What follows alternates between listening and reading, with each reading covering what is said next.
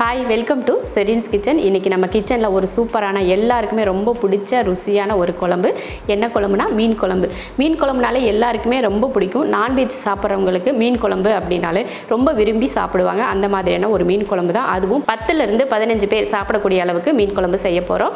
1.5 kilo மீன், இந்த 10லேருந்து 15 பேர் சாப்பிட்றதுக்கு 1.5 கிலோ மீன் சரியாக இருக்கும். அந்த மாதிரி அளவில் தான் இன்றைக்கி மீன் குழம்பு பண்ண போகிறோம். அதுவும் நான் இன்றைக்கி வந்து முழுசாகவே அந்த 1.5 கிலோ மீனையும் முழுசாகவே 10 மீன் கணக்கு போட்டு செய்ய போகிறேன். ஏன்னா 10 பேர் சாப்பிடக்கூடிய அளவில் நிறைய பேர் கேட்டிருந்தாங்க மீன் குழம்பு செய்கிறது. அதுக்கான ஒரு குழம்பு தான் இன்றைக்கி நம்ம கிச்சனில் பண்ணுறோம். நான் வந்து முழுசாக மீனை போட்டு குழம்பு பண்ண போகிறேன். உங்களுக்கு இதில் கட் பண்ணி மீன் போட்டு செய்யணும்னா கூட செஞ்சுக்கலாம். அந்த மீன் குழம்பு பண்ணுறதுக்கு முன்னாடி நீங்கள் ஒன்று செய்யணும். அப்போ தான் அந்த குழம்போட மீன் வந்து ருசியாக இருக்கும். 1 ஸ்பூன் அளவுக்கு மிளகாத்தூள், ஒரு 1/4 ஸ்பூன் அளவுக்கு மஞ்சள் தூள், தேவையான கொஞ்சம் உப்பு சேர்த்து நீங்கள் மீனை ஒரு அரை மணி நேரம் ஊற வச்சுட்டு அதுக்கப்புறம் நீங்கள் குழம்பு பண்ணிங்கன்னா அந்த குழம்புல அந்த மீன் வந்து அவ்வளோ ருசியாக இருக்கும். நம்ம மீன் குழம்பு செஞ்சோன்னா மறுநாள் தான் அந்த மீன் குழம்புல இருக்க மீன் வந்து டேஸ்ட் ரொம்ப நல்லாயிருக்கும், அந்த காரம்லாம் இறங்கி. ஆனால் இப்போவே சாப்பிடக்கூடிய அளவுக்கு இருக்கும். இந்த மாதிரி மசாலா தடவி குழம்புல போட்டிங்கன்னா இப்போவே சாப்பிட்லாம். அப்படி ருசியாக இருக்கும். உப்பு காரம்லாம் பிடிச்சி வாங்க அந்த குழம்பு எப்படி பண்ணலாம் அப்படிங்கிறத பார்க்கலாம். 1.5 கிலோ வெள்ளை மீனில் கொஞ்சம் மிளகாத்தூள், மஞ்சள் தூள், உப்பு சேர்த்து கலந்து பிரட்டி எடுத்து வச்சுருக்கேன். ஒரு அரை மணி நேரத்துக்கு முன்னாடியே இந்த மாதிரி ஊற வச்சிட்டோம்னா குழம்பு செய்கிறப்போ அந்த மீனில் நல்லா உப்பு காரம்லாம் பிடிச்சி டேஸ்ட் நல்லாயிருக்கும். இது வந்து 1.5 கிலோ வெள்ளை மீன். இப்போ நம்ம வந்து மசாலா அரைக்கிறதுக்கு ரெடி பண்ணிக்கலாம். ஸ்டவ் ஆன் பண்ணி கடாய் வச்சுருக்கேன். அதில் ஒரு 2லேருந்து 3 ஸ்பூன் அளவுக்கு எண்ணெய் ஊற்றிக்கலாம். ஊற்றிட்டு 1 ஸ்பூன் மிளகு, 1 ஸ்பூன் சீரகம், அப்புறம் ஒரு 100 கிராம் அளவுக்கு சின்ன வெங்காயம். நம்ம 10 பேருக்கு செய்ய போகிறோம் இல்லையா, அதனால் 100 கிராம் அளவுக்கு சேர்த்துக்கோங்க, சரியாக இருக்கும். ஒரு 10லேருந்து 15 போல் வெள்ளைப்பூண்டு. இப்போ இதை நல்லா வதக்கிடலாம். வெங்காயமும் வெள்ளைப்பூண்டு ஓரளவுக்கு வதங்கினதுக்கப்புறம் 4 தக்காளியாக சேர்த்துக்கலாம். நல்லா வெங்காயம், தக்காளி, வெள்ளைப்பூண்டு எல்லாமே நல்லா வதங்கி வரட்டும். இப்போ பார்த்தீங்கன்னா வெங்காயம் தக்காளி எல்லாம் நல்லா வதங்கிருச்சு. இப்போ இதில் நம்ம மசாலா பொடி சேர்த்துக்கலாம்.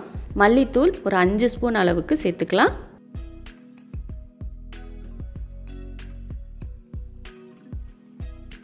மிளகாத்தூள் பார்த்தீங்கன்னா உங்கள் காரத்தை பொறுத்து நீங்கள் சேர்த்துக்கணும். நான் வந்து காரம் கொஞ்சம் அதிகமாக இருக்கிறதுனால 2 ஸ்பூன் அளவுக்கு சேர்த்துருக்கேன். நீங்கள் வந்து காரத்தை கம்மி பண்ணுறதுனா கம்மி பண்ணிக்கலாம். அப்புறம் ஒரு அரை ஸ்பூன் அளவுக்கு மஞ்சள் தூள். வெங்காயம் தக்காளி கூட இந்த மசாலாவும் சேர்த்து நல்லா ஒரு 2 நிமிஷத்துக்கு வதக்கி விட்டுக்கலாம். சூப்பராக இந்த மாதிரி வதங்கியாச்சு. வதங்கினதுக்கப்புறம் ஸ்டவ் ஆஃப் பண்ணிடலாம். இது நல்லா ஆறி வரட்டும், அதுக்கப்புறமா அரைச்சிக்கலாம். மசாலா இப்போ வந்து நல்லா ஆறிடுச்சு. இப்போ இதை வந்து அரைச்சிடலாம். மிக்ஸி ஜாரில் போட்டுக்கலாம். போட்டுட்டு உங்களுக்கு தேவைப்பட்டால் கொஞ்சம் தண்ணி ஊற்றி அரைச்சிக்கோங்க. இல்லை தண்ணி தேவையில்லைன்னா அப்படியே கூட நீங்கள் அரைச்சிக்கலாம். இப்போ நம்ம அரைச்சி எடுத்துடலாம். மசாலா ரெடி ஆயிடுச்சு. இப்போது அடுத்து புளி கரைச்சிக்கலாம். நல்ல பெரிய எலுமிச்சை அளவுக்கு புளி எடுத்து ஊற வச்சுருக்கேன், அதை கரைச்சிக்கலாம். இப்போ புளியும் ரெடியாக இருக்குது, மசாலாவும் ரெடியாக இருக்குது. இப்போ குழம்பு தாளித்து விட்டுறலாம். குழம்பு தாளிக்கிறதுக்கு கடாய் வச்சு எண்ணெய் ஊற்றிடலாம். எண்ணெய் ஊற்றினமே ஒரு 1/4 ஸ்பூன் அளவுக்கு வெந்தயம். வெந்தயம் பொரிஞ்சதுமே கருவேப்பிலை. அடுத்து ஒரு பெரிய வெங்காயத்தை பொடியாக கட் பண்ணியிருக்கேன், அதையும் சேர்த்துக்கலாம். ஒரு 4-5 பூண்டு பல், அதையும் சின்னதாக கட் பண்ணியிருக்கேன், அதையும் சேர்த்துக்கலாம். இது நல்லா வதங்கி ஒரு பொன்னிறமாக வரட்டும், அது வரைக்கும் வதக்கிக்கலாம். வெங்காயம் பாருங்கள் இந்தளவுக்கு நல்லா பொன்னிறமாக வதங்கினதுக்கப்புறம் நம்ம மசாலா அரைச்சோம் பார்த்திங்களா, அந்த மசாலாவை இந்த வெங்காயத்து கூட சேர்த்துடலாம்.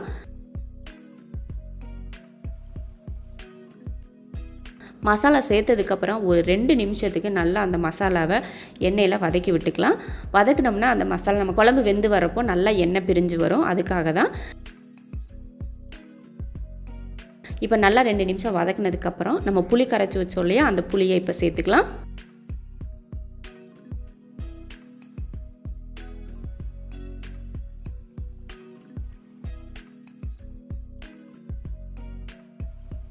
புளி சேர்த்துட்டு இப்போ குழம்புக்கு தேவையான தண்ணியும் சேர்த்துக்கலாம். குழம்பு வந்து உங்களுக்கு எப்படி தேவையோ அந்த பொறுத்து நீங்கள் தண்ணி சேர்த்துக்கலாம். நல்லா கெட்டியான குழம்பு தான் எங்களுக்கு வேணும் அப்படின்னா தண்ணி வந்து அளவாக சேர்த்துக்கோங்க. இல்லை கொஞ்சம் தண்ணி நிறையா இருந்தாவே நல்லாயிருக்கும் அப்படின்னு நினச்சிங்கன்னா தண்ணி கொஞ்சம் அதிகமாக சேர்த்துக்கோங்க.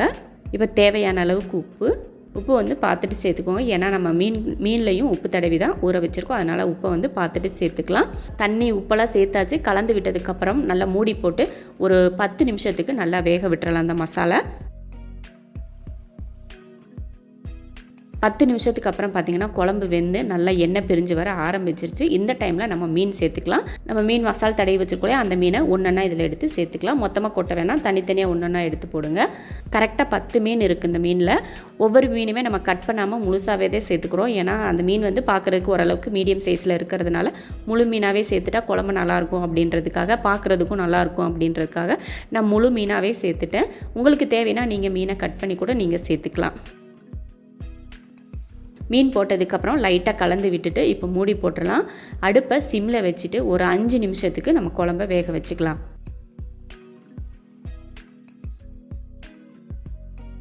5 நிமிஷம் குழம்பு வேக வச்சதுக்கப்புறம் பார்த்திங்கன்னா மீன் எடுத்து பார்த்தா மீன் பாருங்கள் சூப்பராக நல்லா வெந்து வந்திருக்கு. அதே சமயம் மீன் உடையாமலும் நல்லா வெந்திருக்கு. இந்த மாதிரி பக்குவத்தில் தான் மீன் வேக வச்சு எடுக்கணும். அதிக நேரம் நம்ம கரண்டியை போட்டு கலந்துக்கிட்டு இருந்தாலோ இல்லை அதிக நேரம் கொதிக்க வச்சு வேக வச்சாலோ மீன் வந்து தனித்தனியாக பிரிஞ்சு முள் தனியாக அந்த சதை தனியாக மாறி மாறி வந்துடும். அதனால் கிளறி விடாமல் நிதானமாக வேக வச்சு எடுத்துக்கோங்க. சூப்பராக மீன் பார்த்திங்கன்னா உங்களுக்கே தெரியும், பார்க்குறப்ப மீன் பாருங்கள் ஒன்று ஒன்று தனித்தனியாக இருக்குது, கொஞ்சம் கூட உடஞ்சி போகலை. இந்த மாதிரி தான் நம்ம மீன் குழம்புல மீன் சேர்த்து வேக வச்சுக்கணும். அதே சமயம் இதே மெத்தடில் நீங்கள் மீன் குழம்பு செய்யுங்க, ரொம்ப ரொம்ப ருசியாக இருக்கும். இந்த குழம்பு தாராளமாக 10லேருந்து 15 பேர் வரைக்கும் தாராளமாக சாப்பிட்லாம். மீன் குழம்புக்கு ஒரு 2 மீன் 3 மீன் போட்டு கூட இந்த அளவுக்கு மசாலா ஊற்றி நீங்கள் குழம்பு செய்யலாம். மீன் குழம்போட மனம் மட்டும் நமக்கு போதும் அப்படின்னு நினச்சிங்கன்னா கம்மியான மீன் போட்டு கூட நீங்கள் குழம்பு செஞ்சுக்கலாம். நான் வந்து 1.5 கிலோ மீன் கரெக்டாக இந்த மீனில் 10 மீன் இருந்ததுனால நான் அப்படியே சேர்த்துட்டேன். நீங்களும் இது போல் மீன் குழம்பு செஞ்சு பார்த்துட்டு எப்படி இருக்குன்னு சொல்லிட்டு கமெண்ட்டில் சொல்லுங்கள். பிடிச்சிருந்தா லைக் பண்ணிவிட்டு ஷேர் பண்ணிவிட்டு நம்ம செரின்ஸ் கிச்சன் சேனலை சப்ஸ்கிரைப் பண்ணி பக்கத்தில் இருக்க பெல் ஐக்கானை கிளிக் பண்ணி வச்சுக்கோங்க.